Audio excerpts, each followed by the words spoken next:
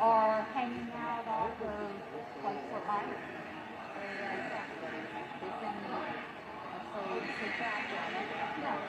They just send me a code.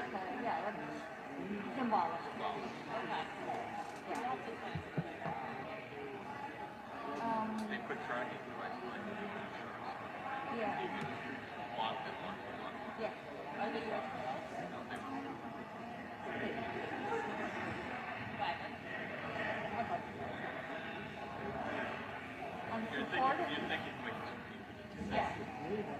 I'm supporting the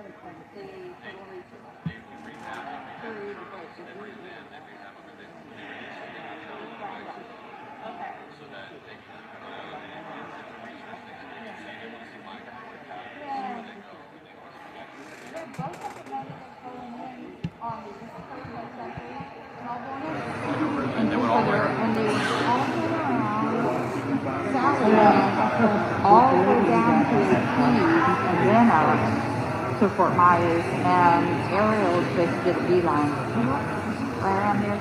And they're both left so far, they're both just playing in Fort Myers.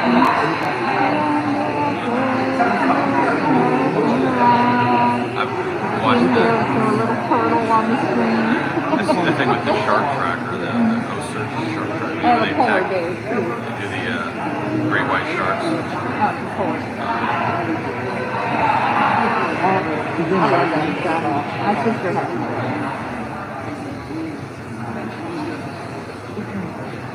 Besides the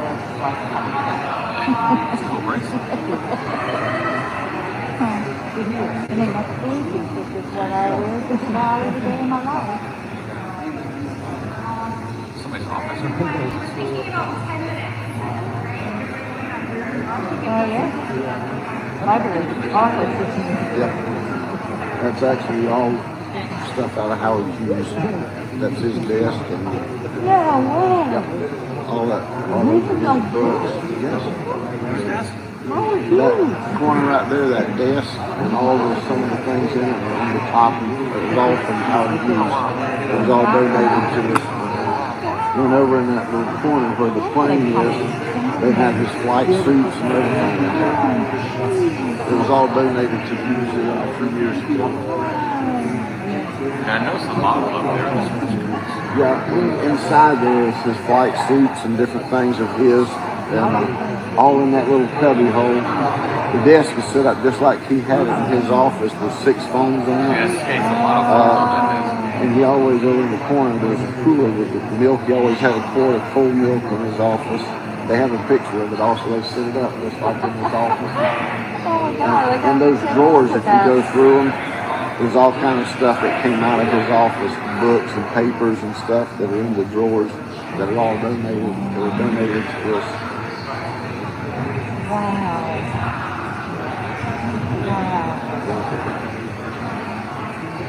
My dad was an aerial pilot, not World War II in Korea. Well, I grew up loving planes all the time.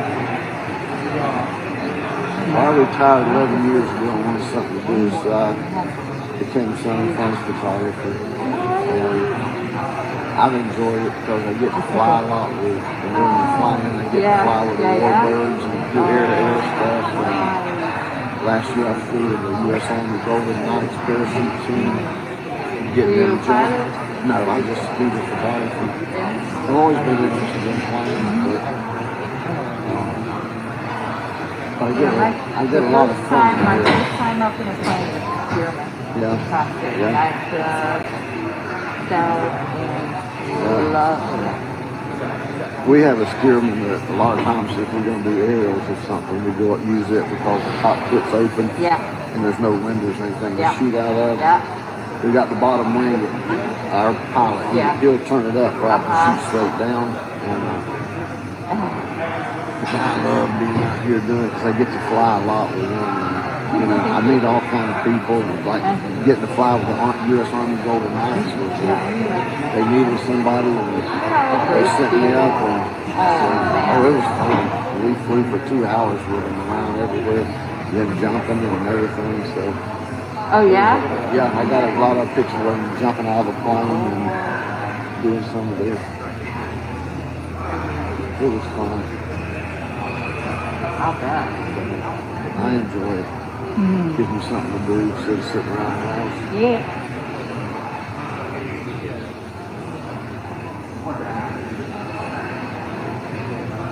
Yeah, you could definitely do worse than that. I just photograph all of our events. We make our brochures and flyers and all the stuff we put out on social media and all that stuff. Whatever there's going on, I photograph it for them. And they make up the flyers and all that stuff. So it's fun for me. I've got a fifth wheel out in the campground. When I'm working out here, I stay in it so I don't have to drive around.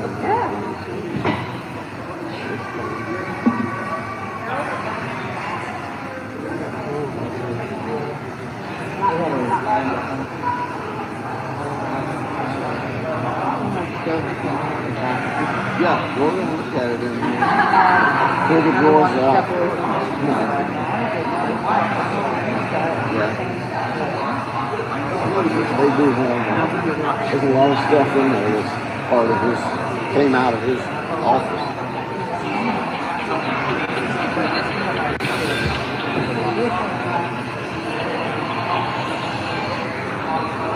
Hello.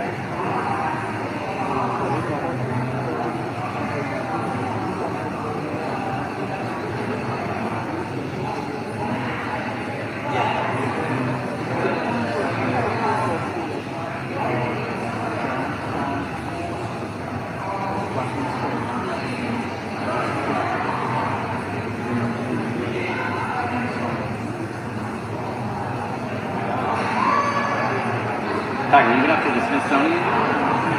Yeah, that's big.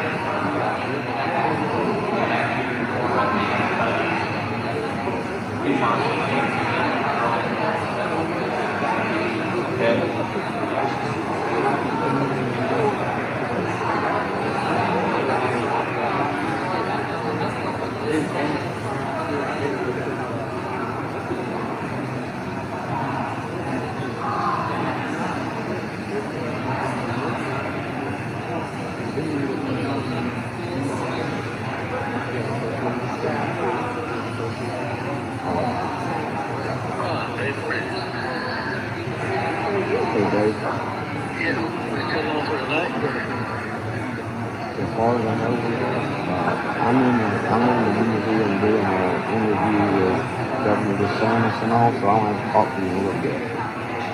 Okay, that's fine.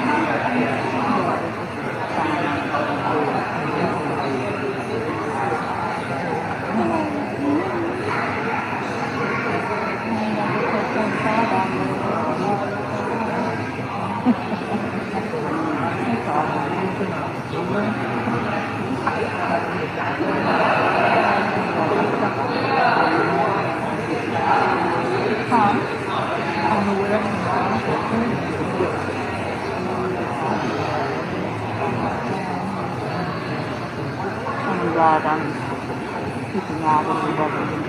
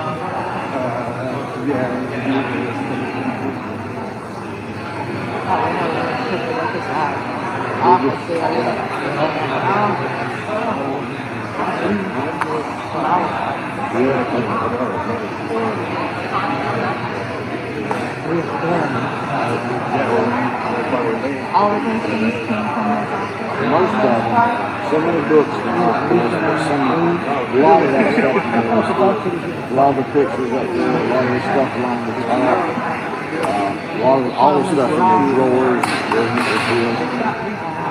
You can open the door. Yeah.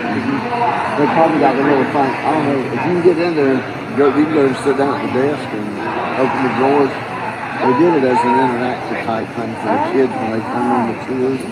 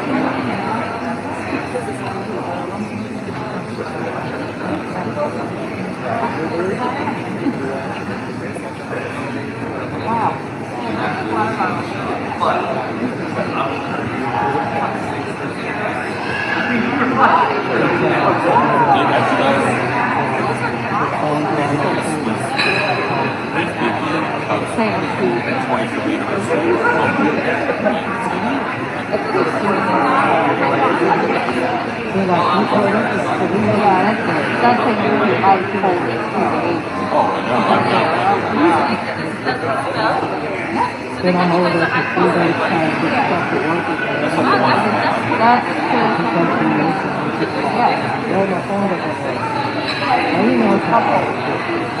yes. That's the thing I like about But that it leaves on my seat this time on my passenger seat and it doesn't fill, so I don't care.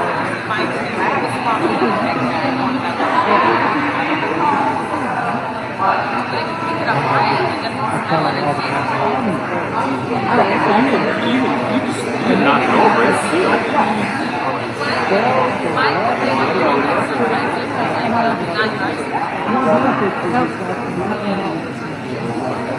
The only tough thing is getting the accident. Actually, it's the ice maker that we have.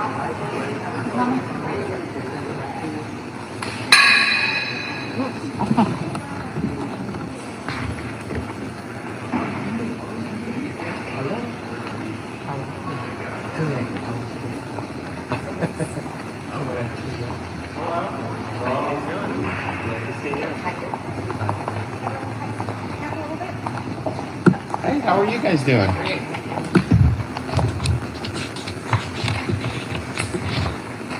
Well, good morning. I'm really excited to be back in Polk County at the Florida Air Museum. I want to thank them for hosting us. I also want to thank Attorney General Ashley Moody for being here for this morning's announcement. We got a lot of other good folks who I will bring up in time. I do want to recognize we have the mayor of Lakeland, Bill Mutz, and then we have all the commissioners, I think, from the city, or many of them have come for this announcement, so we want to thank them very much for what they're doing. We've been very clear in the state of Florida that we want people to be able to work and provide for their families. That's something that's very, very important. We've been able to do a lot of good things with the economy, given all the headwinds we're seeing nationally. You just saw the GDP number come out, anemic, far below what it was supposed to be. September jobs, 194,000 nationwide. Florida, in September, we had 84,500 jobs created in Florida. So we are, and then clearly businesses are doing so much better here than they are at almost any other place of the country. And so we're happy with that, and we want to continue to offer opportunities for people. And we've just made very clear, as you now are in an era where there are these heavy-handed mandates that are being hung over people's heads that threaten to deprive them of the ability to earn a living, that in the state of Florida, you have a right to earn a living, and it should not be denied to you based on these shots. And so we want to protect people who are working now in the state of Florida. These people have been working the whole doggone time, and then now all of a sudden they're going to get kicked to the curb. Give me a break. And then we have all these people who work for police and fire. You have some of these local jurisdictions that are trying to penalize some of those folks for that, and we just think that's wrong. Of course, there's a lot of federal mandates that are coming down. There's this OSHA rule that we're waiting for that applies to every business over a certain amount. There's a federal contract rule, and then there's a CMS rule that's going to threaten to take away Medicare, Medicaid funding for healthcare institutions that don't force this on everybody. In Florida, we believe that these things, are choices based on individual circumstances. There are physicians that will recommend one course of action or another based on your health history. And of course, we know that many people, after now this has been going around for well over a year and a half, many people have recovered from COVID and also have strong immunity through prior infection. So you see that, and that's really what it should be. We also cannot have the federal government coming in, exceeding their power. Some of the stuff that they're doing with the federal they're really rewriting contracts, and they're transforming normal contracting into basically public health policy, and that's not anything Congress has ever authorized. And so that's a huge problem. Of course, the OSHA rule is a heavy-handed mandate, never authorized by Congress. They're using really obscure provisions to try to jam something down that will really have a significant impact all across the board.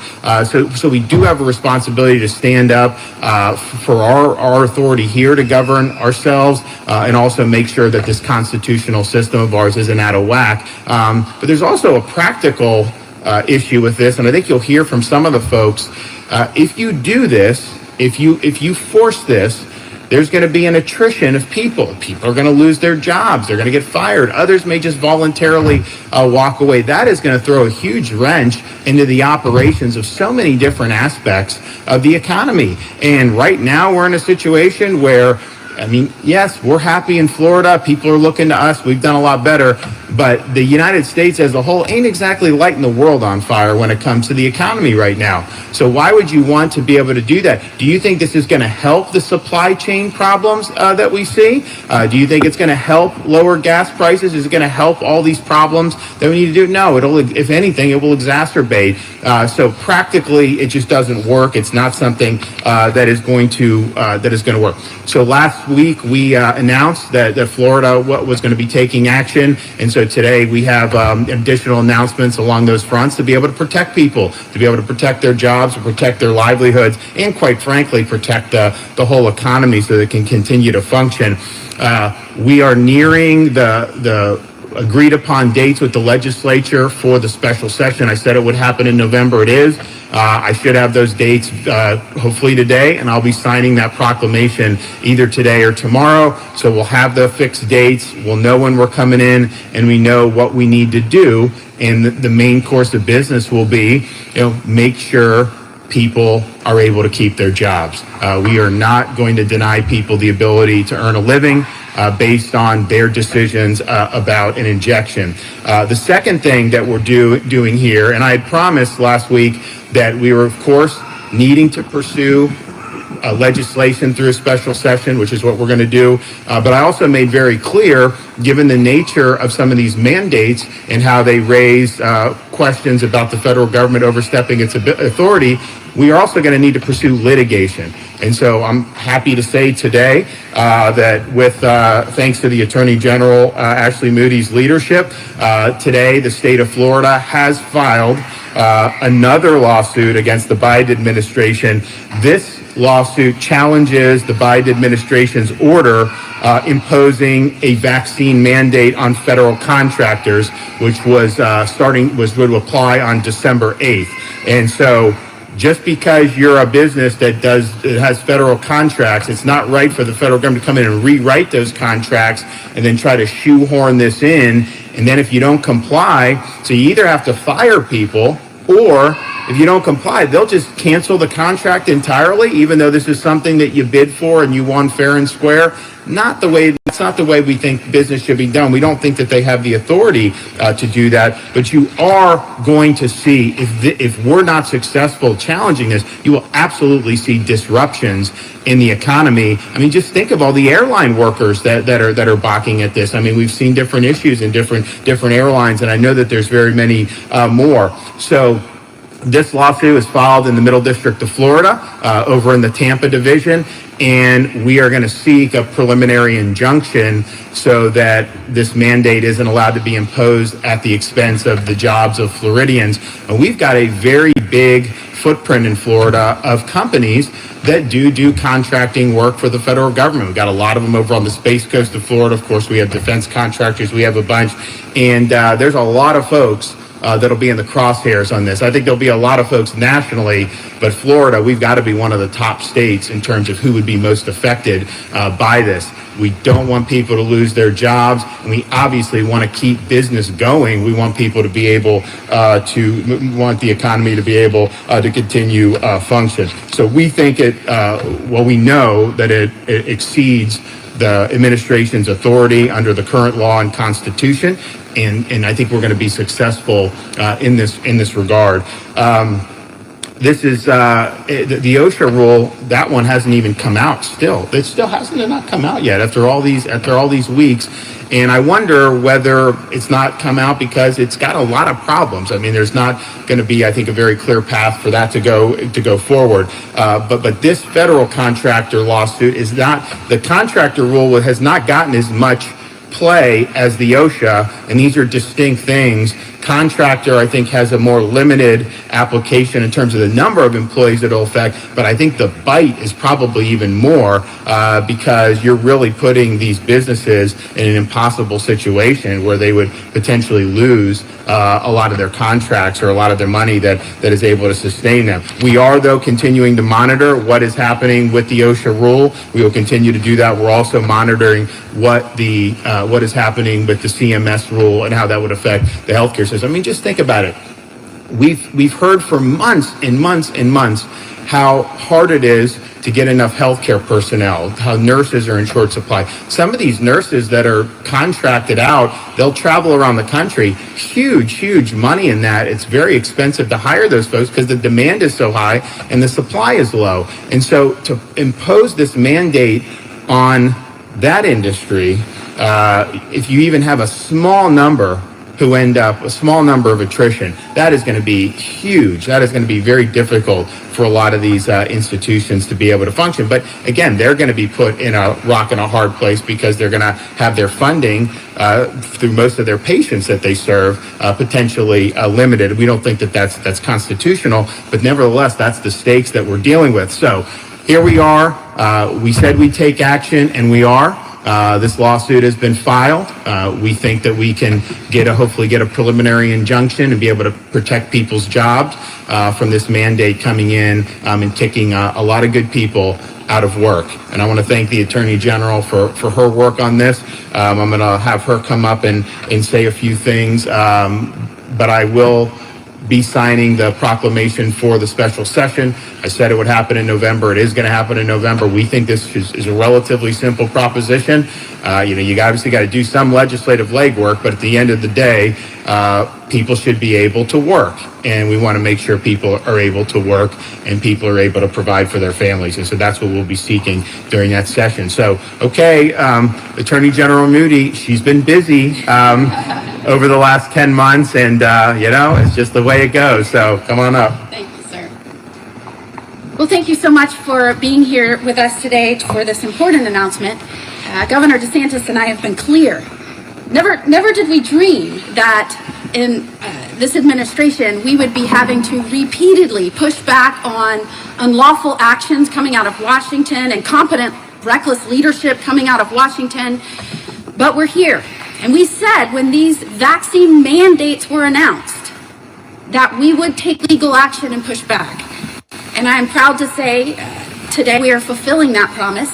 And we have filed action in the Middle District of Florida challenging Joe Biden, NASA, OMB, GSA, and Bill Nelson for mandating that anyone with a federal contract require vaccination of all that work for them. In June, Joe Biden made clear that mandating vaccines, and I'm going to quote, is not the role of federal government. It's true, it's not the role of federal government. They have absolutely no authority to require vaccines of the majority of the U.S. population, none whatsoever. But neither his administration's own acknowledgement that wasn't within the purview of federal government, nor his statement that he would never do it stopped him when and I'm going to quote, his patience wore thin and he became angry at those that weren't getting vaccinated. Only then did he announce he was going to use the federal government, overstep his bounds as president, blur the separation of powers, and demand that the majority of American workers become vaccinated. It is a complete and gross overreach of the federal government into the personal autonomy of American workers. His own press secretary said, well, there's really not precedent for this. Right, there's no precedent for this because it is unlawful. The framers, when they set up this delicate balance of power in our country, the separation of powers which has allowed this country to continue successfully, they didn't ever envision they would have a president that said, we'll do a crafty, unlawful workaround the strict separation of powers. Workaround their words. And so, Governor DeSantis, I'm so proud of our governor here in Florida for repeatedly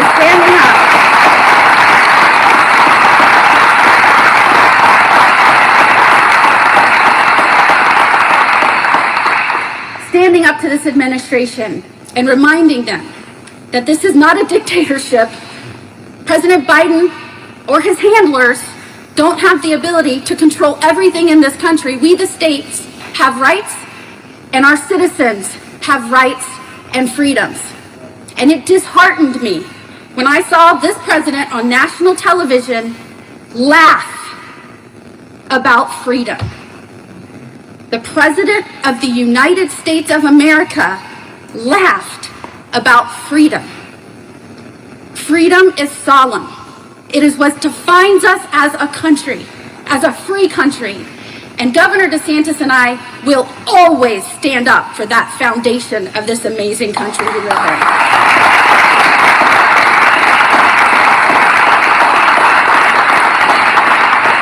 This illegal rule tries to do through executive fiat and through agency unlawful action what they have no authority to do. And so today we have challenged in court this unlawful mandate for requiring all federal contractors to require their workers and those that work with them to be vaccinated. You will hear how this is affecting families and people that rely on these federal contracts right here in Florida. Whether that's Space Florida, the Department of Education, our universities, Florida will feel the ramifications. Floridians will feel the effects of Joe Biden losing patience and getting angry. I'm proud to be standing here with this governor and with all these amazing Floridians that came here to support us in our legal actions. We will not back down, and whether it's this or any other unlawful overreach by this president or his administration, we will proudly stand up for Florida and its citizens. Thank you so much.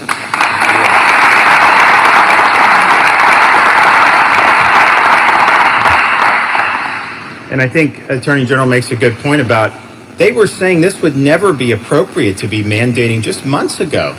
It's like sometimes you got to just in the moment look back and think, okay, we've gone from 15 days to slow the spread to 3 jabs to keep your job somehow. Are you kidding me? And so I think we realize that, yes, this is an overreach. Yes, it's going to take away an individual's decision to do what makes sense for them. It does violate the Constitution. It's going to hurt the economy. But also, this is not the end of it, okay? I think we know they always say, oh, well, we just need to do this. And then they go on to the next thing, and then the next thing, and the next thing. And so it's important for us to take a stand, not only for what's at stake here with the folks that could be affected, but also knowing that if you don't give resistance to this, you're going to continue to see other things, and they're going to absolutely do more.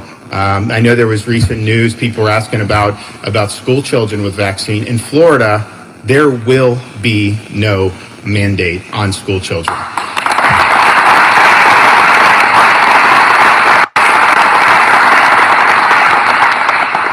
That is a decision that parents can make. That is not a decision that the government is going to be allowed to force here in the state of Florida. That's the law we passed earlier this year anyways, but we'll make sure that that's something that everybody is abiding by. Okay, so we've got a number of people here. So we've got Robert Doyle, Director of the Division of Blind Services at the Florida Department of Education. He's seen blind and visually impaired Floridians impacted by this looming federal contractor mandate. The people Robert serves oftentimes work in federal buildings and have federal contracts. And so he's here to tell us how the blind and visually impaired he serves are negatively impacted by this mandate, which is, of course, the mandate we're challenging here today. Okay? Hey, good morning.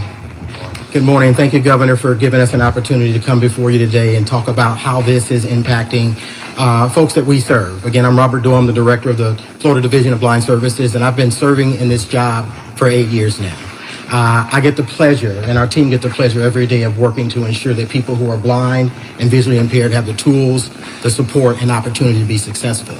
But as the governor said, these federal mandates through the contractor relationship is creating a system that is forcing our vendors to either make a choice between providing for their families or being able to and keep their jobs, or taking a jab that may not meet their own personal needs, their health needs, their religious needs, or whatever it may be.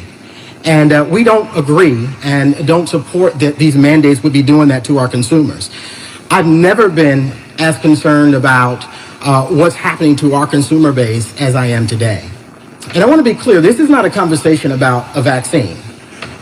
This is a conversation about a federal overreach. This is a conversation about a mandate that disenfranchises people from their opportunity to pursue their goals and their American dream. I'm extremely troubled with the government's actions trying to interfere with those personal healthcare decisions of our citizens and the clients that we serve. One of the things that I've observed with these mandates, I've had an opportunity to talk to some of our blind consumers, talk to some of the people in the field, and one of the things that I know for sure is that this will impact them. Now, throughout the pandemic, our blind operators, through one period, lost 42% of their revenue in serving in some of these federal buildings. They're out there on the front lines. They're out there making sure that there's food services in all of our buildings, and they've lost a good amount of revenue. And yet and still, right now, they're forced to kind of make a choice between, are we going to take a jab, or are we going to be able to provide for our families? Our blind entrepreneurs have weathered the financial impact of declining sales. They've had spoiled goods, food services. They've had limited capital. They've had difficulty in their hiring and their retention and their access to their facilities. And even before the pandemic, our blind consumers have had to overcome the attitudinal barriers of being blind and having opportunity to work in those public settings. They've had to overcome technological challenges and training challenges as well. And now the federal government is implementing another barrier with these mandates. And while our consumers have produced very valuable services to the people of Florida throughout this pandemic, their livelihoods are threatened. And not only is the federal government threatening their livelihoods, but they're also threatening their dignity. They're threatening their self-respect. And again, their self-direction to achieve their goals. What they're doing is wrong. It's just plain wrong. And I'm so grateful. I'm thankful. I thank God for you, Governor. I thank you for what you're doing. I thank you that you're standing up for the blind. I thank you that you're standing up for the bold. I thank you that you're standing up for all the folks who may be bashful and may not have a voice. I thank you that you're standing up on behalf of our consumers and all the folks of Florida. And I thank you for giving us the opportunity to share how this is impacting them today. Thank you, Governor.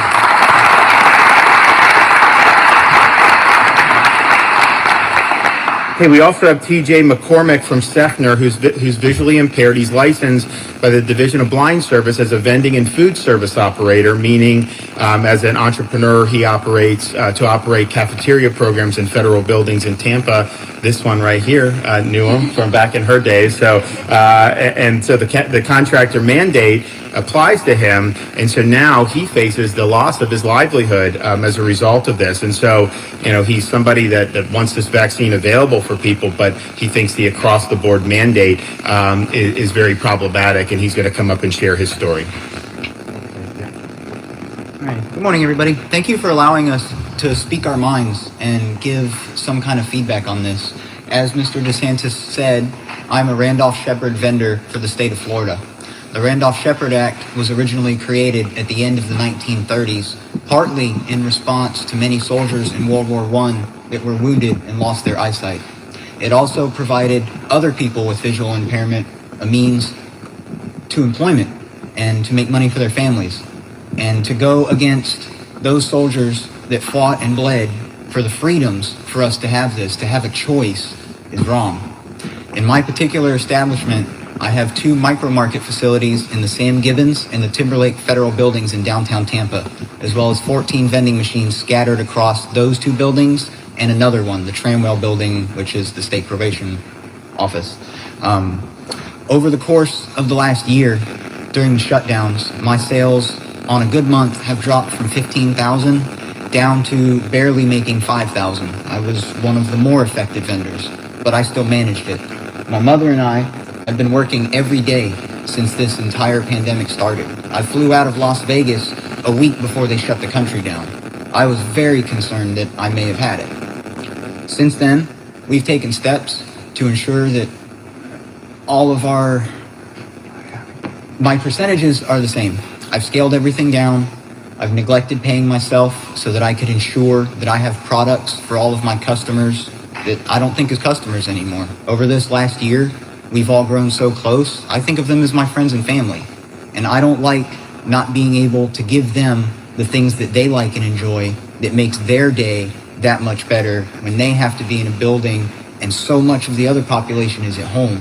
All of the security personnel, they all have to be there. They don't have a choice. And now you're giving them something else that they don't have a choice on. It's not right. It shouldn't be that way. It's an overreach. I personally have not gotten the vaccine, as I'm waiting for more data to come out. Once all that information comes out, I will be more happy to consider doing it. But again, more information needs to come out. We're doing great right now. I'm just now starting to see an increase in my sales as more population is coming into the building and purchasing my product. But I'm living with this looming date that has been pushed back so many times now and is set at December 8th. I don't know what's going to happen beyond that point. I don't want to lose my job.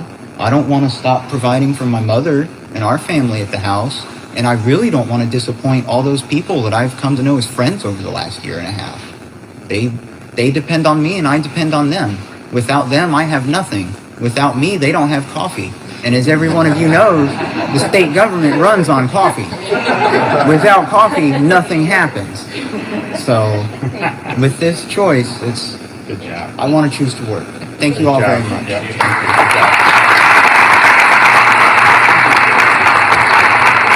Well, thanks, TJ. And you said you don't know what's going to happen December 8th. Hopefully, December 8th will come and the rule will be enjoined, and so you can keep working and keep doing a good job. And I want to bring up another Floridian that has actually lost his employment due to mandates. John Freeland. So he, I think, had an exemption that he wanted to do, and it was rejected, and so he was terminated. So, John. Thank you, ladies and gentlemen, for coming here. And Governor, thank you very much for setting this up and standing up for us. Ladies and gentlemen, I have a little bit different of a perspective as to what's going on. With me, I've been employed for over 14 years. And my employer, I absolutely loved working with this company. I was director of fitness, and I enjoyed each and every day going in. And as director, I made sure my employees enjoyed each and every day coming in. For about 20 years, it took me to get to this level. And for 14 years, I worked at the highest level, bringing the dedication to excellence that was expected of me and all the other employees. My situation is that, unfortunately, 2.5 weeks ago, I was terminated. Now, I do have a medical condition. Unfortunately, throughout my time, I've had head trauma, and that head trauma will bring about seizures. What sparks it is a fever. Last time I had a grand mal seizure was back in 2019. I had sparked a temperature of 102.5. And that was documented by Palm Beach County Fire Rescue, the hospital that I had to go to for emergency care, and my doctor. Now, my doctor is a neurologist who is specialized in seizures itself. He made sure that he did all the work, all the tests as to what could have caused this, and it was the fever due to the head trauma. With everything that we know of all 3 vaccines, one of the side effects is a high temperature or fever. So you can understand my position of being put into that situation of putting myself at risk due to the mandates that are being taken place. I have followed my employers' policies and procedures all throughout this time. I wore a mask. I was tested weekly for the PCR testing, and I even had my door closed just to drink a cup of coffee or to make a phone call. Even though I had this medical condition, which my employer knew about, I had put it in writing. And I explained to them the situation at hand. I gave them the paperwork from the fire rescue, from the hospital, so that there was no doubt that what was causing my seizures were these fevers. Unfortunately, my employer didn't see it the way I did. So I tried to bring it to a different lens for them to see. I had asked my employer, if you had a child, son, daughter, and you took him to the pediatrician, and that doctor said, I'm going to give your child a shot, but with that shot, there's going to be a risk that that child might have a grand mal seizure. As a parent, would you continue to still have that shot for your child? A lot of people, a lot of parents, me included, I would second guess whether that shot was worth it. I would sit there and have to look at every possible thing, risk versus benefit, and could that be more harm for my child? My employer didn't see that way. They were going into the new policies and procedures that every employee had to be vaccinated. I tried to push on even more so. I said, okay, what if that pediatrician said, you know what, your choice doesn't matter. I'm going to give that shot to your child anyways. I know the risk, but I'm going to do it anyways. Unfortunately, I'm standing here because I did make that choice. This is my reality. This isn't, some analogy. This is, my life. As I come here before you, I'm in a position where it's now difficult for me to get a job. I'm an honest person, and when I look for employment, whether as a director, whether as a personal trainer, I will let them know this is why I've been terminated, because I didn't get the vaccine because of my concerns for my own health.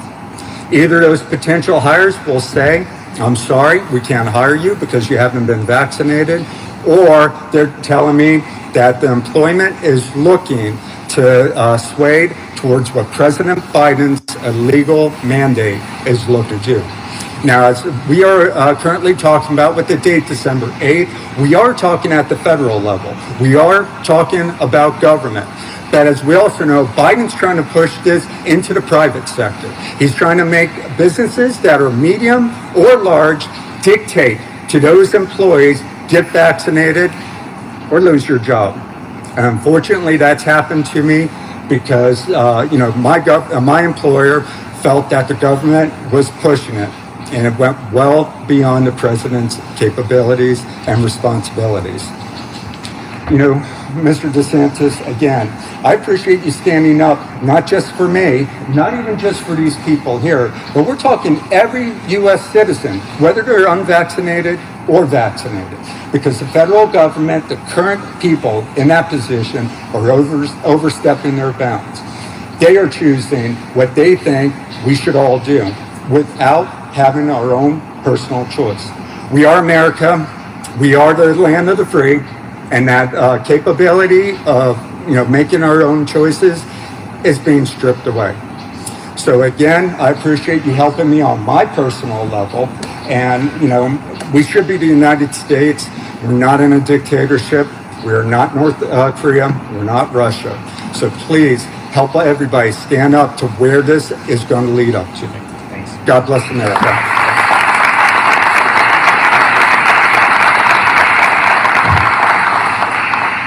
Also there's just an issue of, how evidence-based are these mandates? If you look at it, this is not providing sterilizing immunity. In other words, you have people who are fully vaccinated that get infected all the time. I mean, that's not like it's rare. And actually, if you look at Public Health England, they actually do really good data, unlike the CDC here. They have, they actually show above 30, age 30 and above, that you're seeing infections even at higher rates for whatever reason. And so if you understand that, then you still got to do mitigation. If you're worried about a vulnerable person or something, great, but you still got to do the mitigation, because clearly, this thing can spread. And you've seen huge spikes in places that have huge percentage vaccinated. And so that's just the reality, that you're mandating a vaccine that's not sterilizing. And so it's reducing maybe your personal severity, but clearly, it is not stopping the infections. And so, okay, we have Olivia Gregg here. So she's representing her husband and father. They both work in the aerospace industry, and her father has had a bad reaction to, I believe, the flu shot, and then has underlying medical issues and was advised against the vaccine. He's only 3 years away from retirement, and her husband is also has his job on the line. So, Olivia, can you give your story? Thank you for having me. Hi, my name is Olivia. I'm one of the founders of Mandates Won't Fly. My husband works for an aerospace company on the Space Coast. I'm a stay-at-home mom to 3 young kids. My husband has been a hard-working, faithful employee with this company for 10 years and has his master's degree. He works tirelessly to be the sole income for our family so I can care and raise for our kids. This mandate has created a lot of uncertainty for our family and our future. The possibility of my husband's job being gone in roughly 5 weeks is terrifying. His employer is allowing certain exemptions if you meet specific criteria, but we don't know if he'll be approved. Will that be the end of it? What other requirements will be placed on them? When does it stop, or how does it stop? We are living in constant fear, questioning our family's future every single day now. We have met with realtors, contemplated selling our home just to cut our now affordable mortgage down. We lived life playing out multiple scenarios of what we would do if our family's income disappeared. My dad has also worked for an aerospace company for 39 years, 29 of them being at the current company he's with. He's a dedicated, hardworking employee. My dad is a little over 33 years from retirement. My mom has health issues, and insurance is a necessity for them. My dad has a vaccine injury from a flu shot he got in 2016. Prior to that, it was something he never would have questioned. The COVID-19 vaccine is not a one-size-fits-all issue. It should be a personal choice, a personal decision. Something that my husband, my dad, or anybody can discuss with their healthcare provider on whether it's safe or necessary for them. Many people who recovered from COVID have high antibodies. Why isn't that sufficient? It shouldn't be between a vaccine or a livelihood. According to veteransflorida.org, Florida is the second in the U.S. for the number of aerospace and aviation establishments. There are roughly 17,000 aerospace-related companies that employ 130 Floridians in our state. Brevard County is where you'll find the majority of these companies. We are home to 1/3 of the aerospace employees. To say our economy will be hit hard by this is an understatement. It would be devastating. Not just to my family, but thousands like us. 2 weeks ago, I was just a mom, and I'm a mom who's forced to take a stand. A mom who, along with 7 other women, have created an organization that helps us unite aerospace employees all over the United States. One of Mandates Won't Fly's mission is to help aerospace employees to not feel alone in this battle. If we don't take a stance now, stop this now, how far will it go? In one day, my husband and dad went from essential workers to expendable workers. Thank you.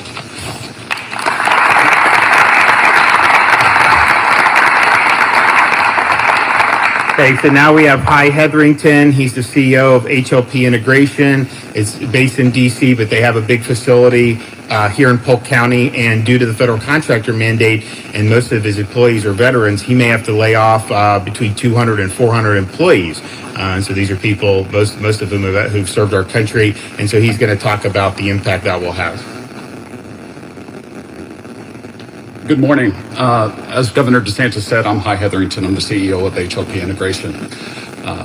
2019, I received a request of how are we going to better adjudicate and make more efficient and cost-effective how veterans get their health care claims.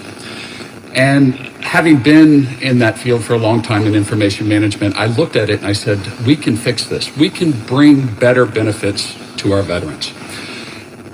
And I am based in Washington, D.C., and we started looking throughout the country of where are we going to find the facility and the labor resources and community that we need to be able to support veterans in their healthcare claims.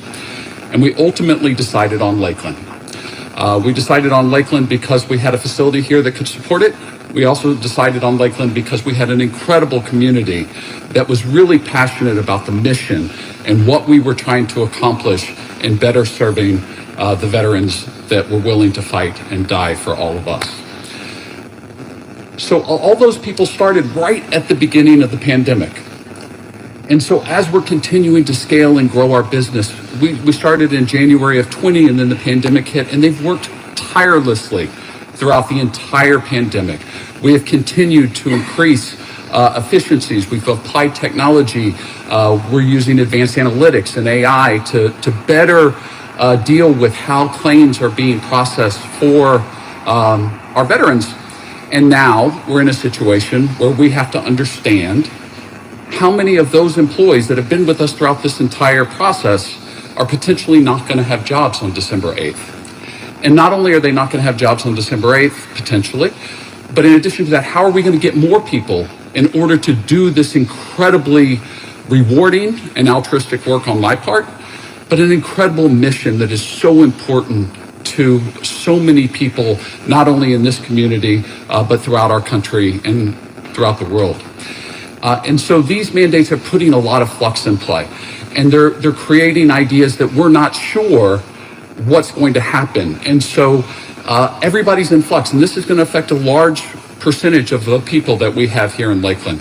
And so to humanize what we're talking about today, these people care about the mission. They are sitting with us and working with us because they care about serving their fellow veterans.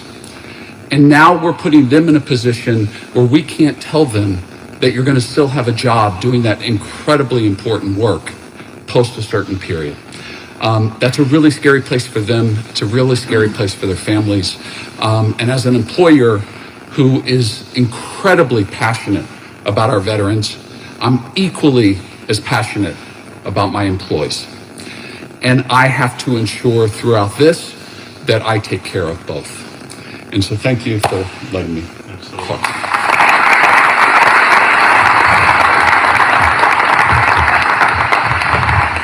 So we're excited to be standing up here with I think a really necessary lawsuit. I think we had a great chance of success and hopefully provide a lot of relief to thousands and thousands of Floridians who find their livelihoods in jeopardy due to federal mandates. So we're going to continue working on that. There will likely be more litigation ahead in other areas. And of course, we are going to take legislative action to provide protections for Floridians during a special session. So today is just one more step, but we're going to do more. We want to make sure we're protecting people's jobs, protecting people's livelihoods. Tossing people aside is just not something that we can tolerate here in the state of Florida. So we got to do everything we can to support folks and to protect their ability to work and thrive in our state. Okay, I'll take a couple questions. Yes, ma'am. Hi, Governor. We don't know if the new Surgeon General is vaccinated. As you know, he recently refused to wear a mask when meeting with a senator battling breast cancer. Personally, Governor, do you think he should have worn a So mask? first of all, he actually explained, he offered numerous accommodations and it was more, I think, about an issue. There's pictures very close with no mask in other instances. I mean, I don't see people talking about that. So I think this was more, they're trying to politicize this. And I think he offered a lot of accommodations. And I think that that's something that is appropriate to do to offer accommodations. But I'd also say, Joe Ladapo, he's already made a huge impact. One of the first things he did was get rid of the rule that had been recommended by CDC that was quarantining all these healthy school children. So they would literally say, if you're in a classroom or you pass someone in a hallway who's positive, you got to go and wait for 2 weeks, even if you have no symptoms. And we know over 95% of the kids that have been quarantined never actually got COVID. And so it was terribly disruptive for families. Parents would get a call 6 o'clock the day before school saying, Jane and Johnny, they can't come in tomorrow because they're being quarantined. And the parents are like, what the heck is going on here? And so I told them, I said, this is disruptive. Where's the data to support it? And he said, there is no data to support it, but we know taking kids out of school for lengthy periods of time is disruptive for families and obviously hurts academic achievement, also hurts the ability to participate in activities. So that was done, I think, about 5 weeks ago. And some people were, the parents were with us. They understood. But you had the typical voices, carping, all this other stuff. The cases among school-age kids are down like 77% since we ditched the quarantine, the healthy quarantine rule. And so that's an example of being data driven, understanding that there's more to public health than the avoidance of one respiratory virus, which fortunately has very little impact on young kids, and that you have to look at their ability to thrive and the ability to learn and all that other stuff. And so, that was clearly the right policy. We're much better off for it. And even having kids come back into school late August, change the quarantine policy the third week of September, we're now in a situation we've seen huge declines. And, right now, Florida has the lowest COVID infection rate, case rate, and infection rate, or COVID estimate, in the country. And so that's, to me, what you want. You don't want somebody that's just going to genuflect to the narrative of the day or to listen to these TV doctors that have been wrong on everything from the very beginning. They said lockdowns would stop COVID. They lied. They said forced masking would end the pandemic in 2020. That was a lie. People said if 50% are vaccinated, you'll never have any surges. Well, we obviously have seen major surges, and we have way more than 50% vaccinated in a lot of different places. And so, you're either going to do right based on the actual data, or you're going to try to kind of kowtow. And I think the fact that he comes out and actually, does what the sound and database and evidence-based things are, that threatens people. That threatens folks who think they should control the narrative and think that they should be able to lead to even worse policies. And so I understand politically why people may not like that. It shouldn't be politics. None of this should have been from the very beginning. Unfortunately, it's been terribly politicized. And but I think that is a great example of the type of leadership that we want to see. And I can tell you, there are a heck of a lot of students and a heck of a lot of families throughout the state of Florida that are better off today, having brought some sanity to this stuff than under the previous. Governor, what's your reaction to reports that Senator Tina Pelosi is receiving death threats and disturbing emails from outside of Florida? There's no room for threats for anything. I mean, we have a crazy political time. There's people that do a lot of things that I disagree with. I think the way the people have tried to treat the Surgeon General, I think has been unfortunate, and I don't think it's been right. At the same time, I would never countenance any of that. I think that's wrong. Yes, sir. Governor, you mentioned special session. What specifically is the legislature going to address, and also why do you think it's necessary to have a special session 2 months before the regular? Because there's a lot of employment deadlines that are going to be happening soon. So if we waited until January, the middle of January, you unfortunately would have a lot of these deadlines happening. I mean, you even heard from one fella who already has been let go. And so I think time is of the essence on this. We didn't think it was going to come to this last legislative session.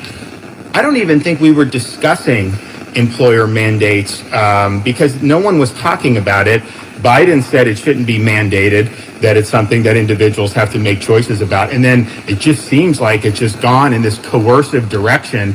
And so we have a responsibility. So I think if you look, most of the deadlines are going to be late November into the end of December. So by acting earlier, you're going to be able to provide protections. So there's actually providing protections. We don't want people losing their jobs or not being able to earn a living. But I also think just the fact that we're doing the special session, that's going to cause some of these folks to think, maybe that's not the right decision. Let me look at this. And so hopefully we can even slow the brakes. Now, we haven't had the OSHA rule yet. That's going to be challenged immediately. That OSHA rule's going down. That is not going to be able to stand. And so I'm confident of that. But, we've got to do what we got to do. So that'll be the focus, making sure people are treated well and making sure people are not marginalized or terminated on the basis of what. And the thing that really, really irks me, if you look and you act like that these mandates are somehow scientific based, I don't think anything that Biden has asked for or is demanding recognizes immunity conferred through prior infection. And we know that is robust protection for people. And so if you think about it, there's a lot of folks, particularly these first responders and others, who've been out and about. Many of them have recovered from COVID. And so they have protection. And then they're in a situation where they look at, okay, what's the benefit at this point? And maybe there is some, but then they weigh that and make a decision. So to not recognize that, I think is a huge, huge problem. And so that's something that absolutely should be something that is recognized, and it will be. But at the end of the day, if we act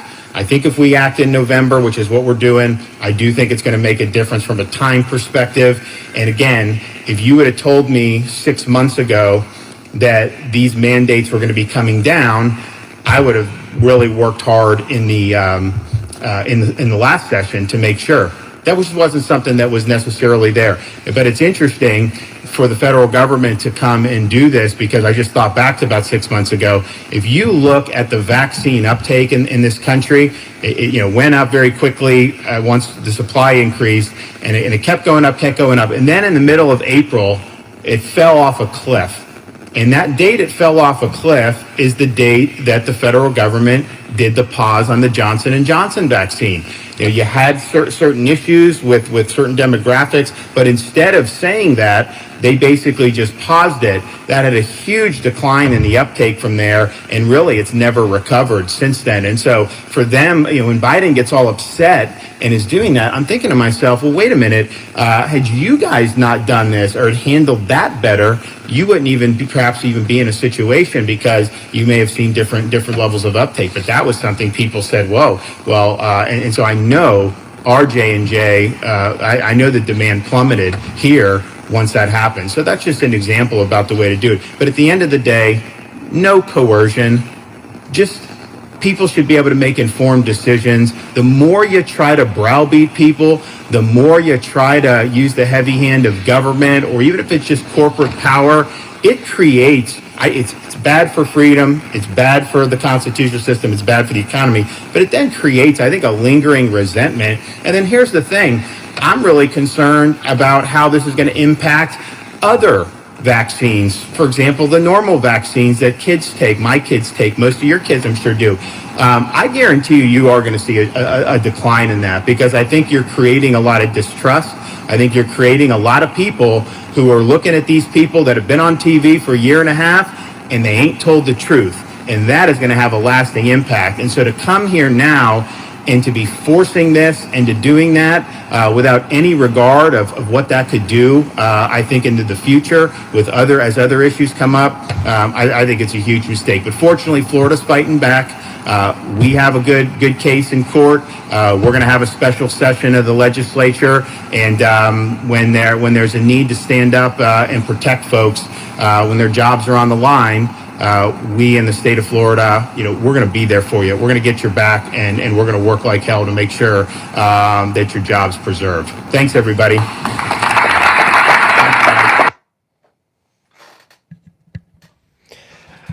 Thank you, everyone, for your patience. That was one of the better press conferences that I have seen in a long time. The two questions that were asked of the governor, one was regarding this ridiculous issue with one of our state senators and the new Florida Surgeon General. Basically, this woman, Polsky, I believe her name is, said she wished to meet with the Surgeon General, but he would have to wear a mask. He said, I'm not really comfortable doing that in your office, one-on-one. Here are a bunch of other places we could meet. Well, we could do it over a Zoom call. We could go out someplace where there's more distance between us. And of course, she just took his refusal and went right to the mainstream media with it and said that he wasn't respecting her cancer diagnosis, because apparently she's been diagnosed with cancer. However, we covered this yesterday in my video. That same woman was literally arm in arm hugging Chevron Jones, another Democratic lawmaker here in Florida, just a couple days prior. Literally had their arms around each other, maskless, posing for a picture, and the same day that she was supposed to have met with the Surgeon General, she was on video in the Florida State House, sitting next to one of her Democrat colleagues and leaning in and talking within a matter of a foot away, both maskless. She forgot there's cameras everywhere. So it's a non-story. Anyway, that was the first question. The second question had to do with the special session and why we're going into special session in November when we come into session in January. Basically, the idea is this. If a business decides that they want to not have unvaxxed people in their building, those people aren't going to lose their income. They may not be able to go to work, but they are going to be guaranteed checks. So they will be able to pay the bills. And believe me, there are a lot of very, very wealthy Floridians that support the governor and support our position on this that are going to step up. And they're going to create GoFundMes, and they're going to create trust accounts, and these people will be taken care of. Like I said, if it's an issue with the business not wanting unvaxxed people, well, to be a conservative and to be a libertarian, you kind of have to have the idea that businesses are allowed to make dumb decisions. In the sense that if they want to fire a bunch of people, that's dumb. See, just like in Florida, the whole Florida man meme is we have a free enough state that you're free to basically be stupid if you want to be. That's what freedom and liberty is about. So when people say, hey, why isn't the governor, protecting these jobs? Why isn't the governor doing this?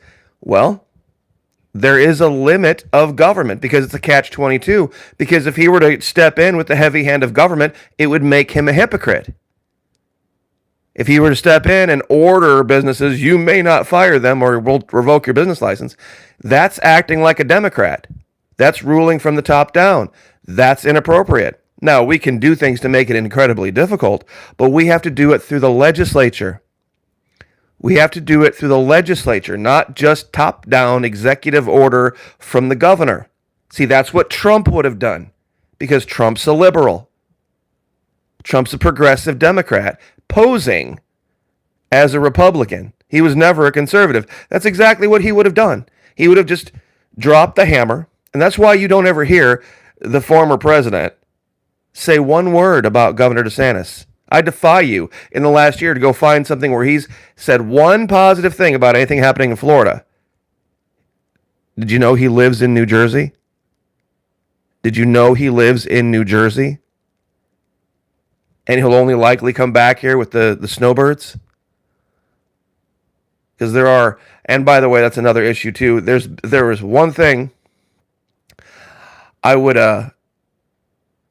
counsel the governor to do if he were to ask me, is close the border. Because here's what's going to happen. There's going to be a massive, massive wave of COVID up north this winter. But guess what's going to happen? Guess what's going to happen?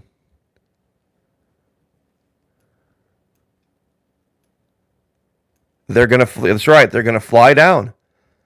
They're going to run for Florida, and they're going to bring their COVID with them.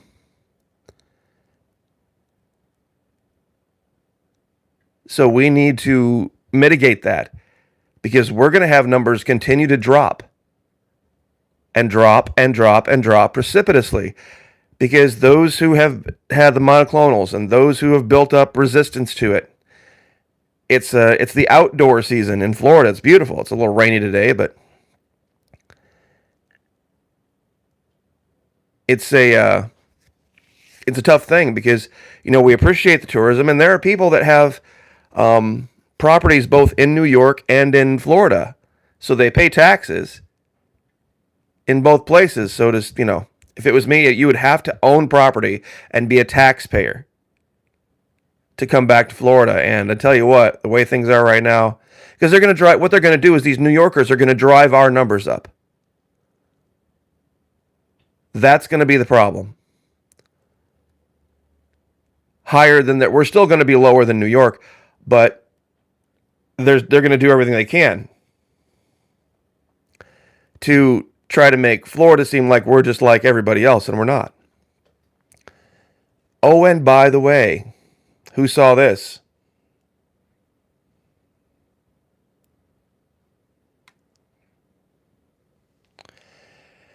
The A30 variant completely evades the vaccines. Guess where they found it? They found it in Tanzania. It's funny how all of these variants are coming out of India and Africa. And one final note before we get out of here. And I put this on Nikki Fried's Twitter. Now, I know a lot of folks don't like Nikki Fried for a lot of reasons. But one thing's for sure, she's an absolute beast in the gym. She stays in shape. And it's a total contradiction to her public position against the governor. Because to stay in the kind of shape she stays in, you would have to have an understanding of the concept of you versus you. Meaning, nobody else in the gym is going to make you any better or worse. Whatever happens, it's going to be, whether it's, whether you get results or whether you don't, it's going to be up to you. How can you have that attitude in the gym? How can you have that attitude in the gym and then in your public life, political life, believe that the answer comes from Washington, D.C. always?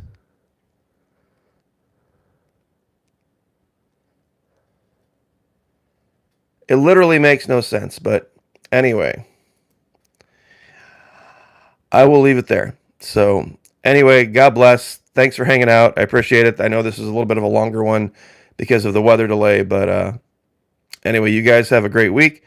Like, share, subscribe. And to those of you who watch me on Twitch, I'm sorry about the last 2 nights. I have just had these horrible sinus headaches, and I've just needed to take some NyQuil and hit the hay. So I'm not sure whether I'm going to be on tonight or not, but just hang in there with me. Maybe Friday night for sure. Just, bear with me. It's just one of them things. I think it's the weather and everything else going on. A lot of stress. So God bless. Thanks for hanging out, and we will see you guys next time.